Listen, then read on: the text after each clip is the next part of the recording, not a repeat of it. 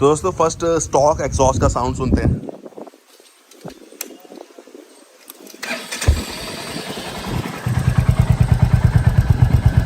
Exhaust में भी थम जो है वो अच्छा आ रहा है।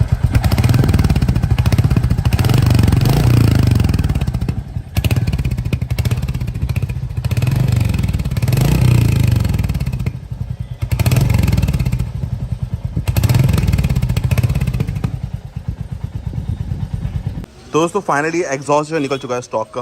अब जो है विदाउट एग्जॉस्ट भी एक बार साउंड सुन लेते हैं कैसा साउंड आता है।